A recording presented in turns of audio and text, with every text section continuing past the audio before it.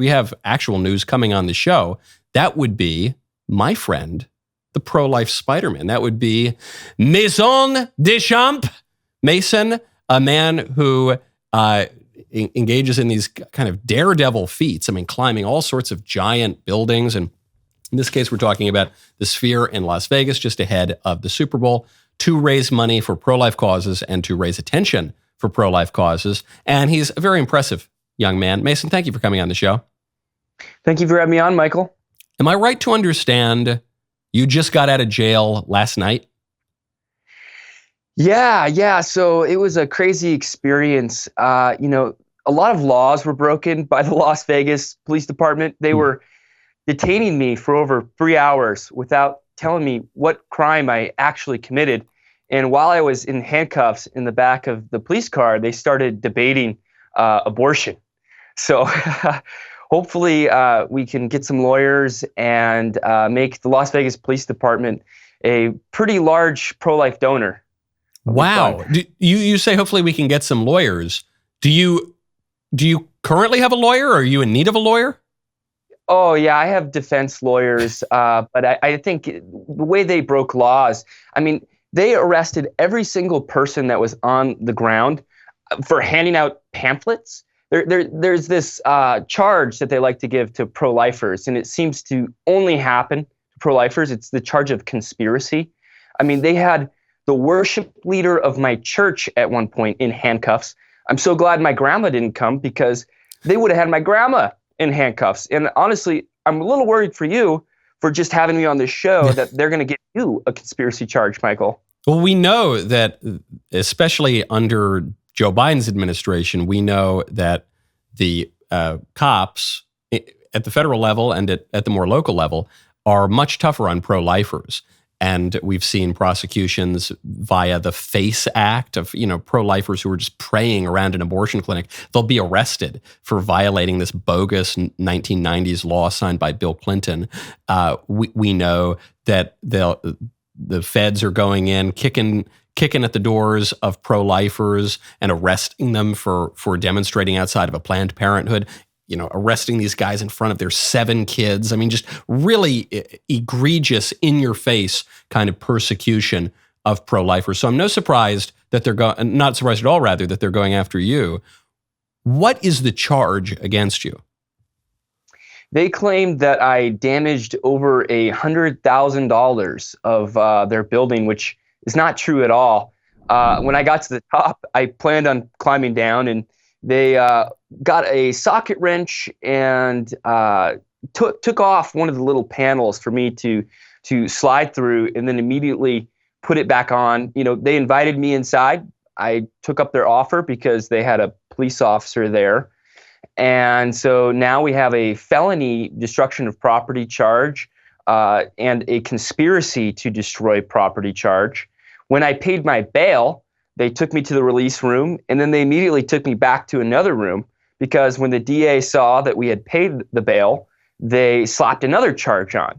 And it wasn't until yesterday morning that my bondsman had seen it, and luckily he's a Christian, so he paid that bail too and got me out of there. We still have 3 people who are in jail right now for holding signs and handing out pamphlets, basically.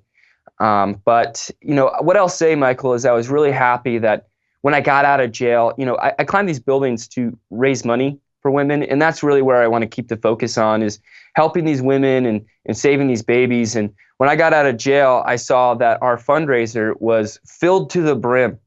And it was a good sign, because it made me, reminded me that what we're doing this for is worth it. We were able to save a baby because we climbed some silly building.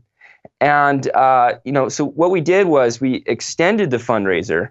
And so all of the extra money that we raised, we're going to save another baby with. So when you say you saved a baby with it, I know you do a ton of pro-life work, but in this, what specifically do you mean with this climb? Yeah, so letthemlive.org is based around the statistic that 73% of women who have abortions do it because of financial circumstances. And when you go out and sidewalk counsel in front of an abortion clinic, a lot of women, they simply just ignore you and walk into the clinic and murder their children. And that's the sad thing, is that a lot of people seem to forget that these women, they're not going in there to clean their teeth. They're going in there to murder their child. So we have to do anything and everything to keep them from committing this mortal sin, as well as support them and save their child. So we offer them, help with rent. We pay their medical bills. We do anything and everything they need to not kill their child. That's amazing. So is there a particular woman in mind here with this climb, or is it just more generally for any woman that you might encounter who has this financial reasoning for why they would want to kill their kid? Yeah, so the woman we're helping out this time, her name is Isabel. She is 11 weeks pregnant, and she was homeless. So we're getting her an apartment, we're getting her off the streets, and we're trying to get her a job and just helping her out so that she can be independent. I'm not sure whether she wants to keep the baby or put the baby up for adoption, but I'm just happy that she's choosing life and came to let them live, and that enough people were able to pitch in and help support her. Because, sorry, go on. The narrative is that pro-lifers don't do anything to help these women. We're just, pro-birth, but it's a bunch of baloney. We put our money where our mouths are more than any other kind of issue or any other movement. Of course, you always hear this. You're only pro-fetus. Once the baby gets out, you don't care, and you don't care about them. And it's just obviously undercut by all of the charitable statistics, all of the examples of the sort of work that you were doing. This appears to be the most serious charge that has ever been brought against you. I mean, you've been detained after your climbs before, but most people just say, okay, no big deal, whatever. That's good stunt, raise money for a good cause. Okay, bye-bye. What are you facing? I mean, are you facing jail time? Are you facing some major fine? Or what does this felony charge really look like?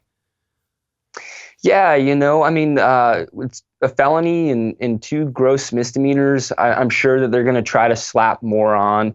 Luckily, my lawyers are going to take care of it.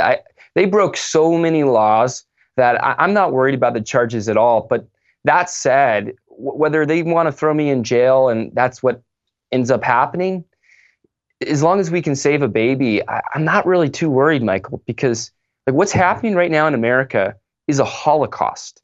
It's over 70 million babies murdered since Roe v. Wade alone.